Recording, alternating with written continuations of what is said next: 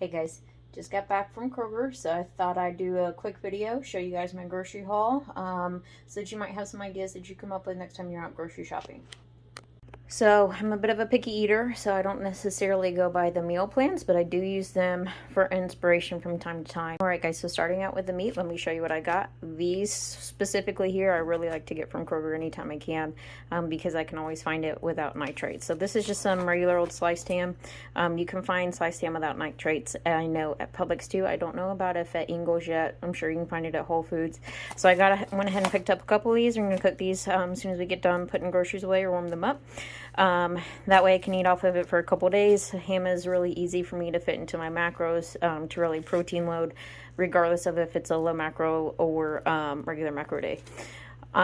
Pretty much every low macro, to break my fast, I almost always have sausage and eggs. I really like to get these Swaggerty's all natural sausage. They're in the freezer section at Kroger. I haven't found them anyplace else yet. I know Publix carries a few different brands that you can use too.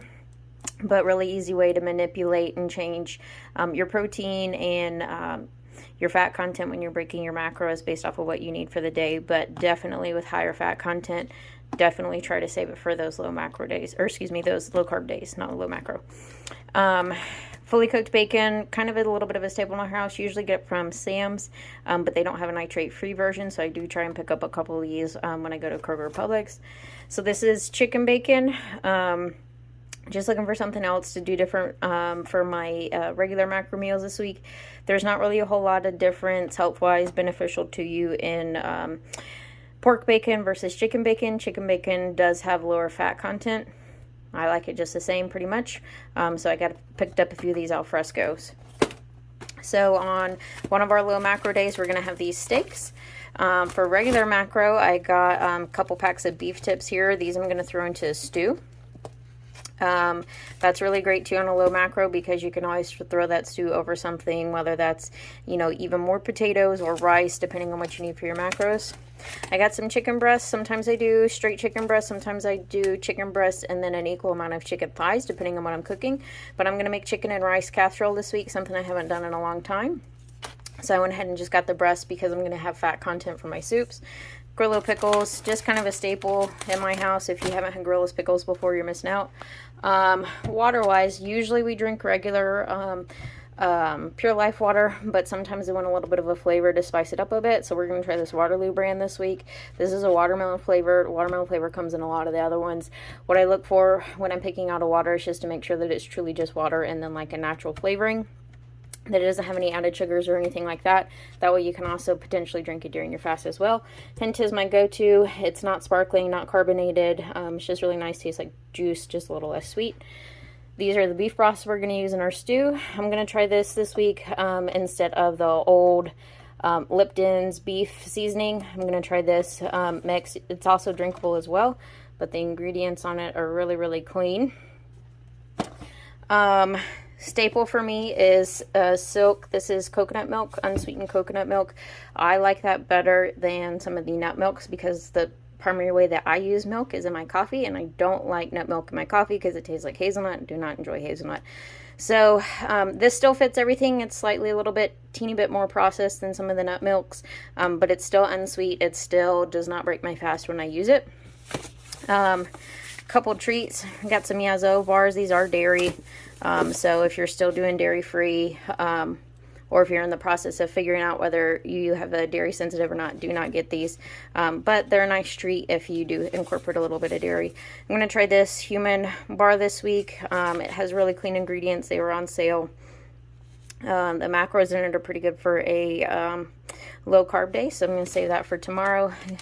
Did get a little bit of cheese because tonight with our potatoes, tonight with our ham, we're going to do some loaded like double fried potato skins, but I'm going to do them in the air fryer to decrease the fat on it.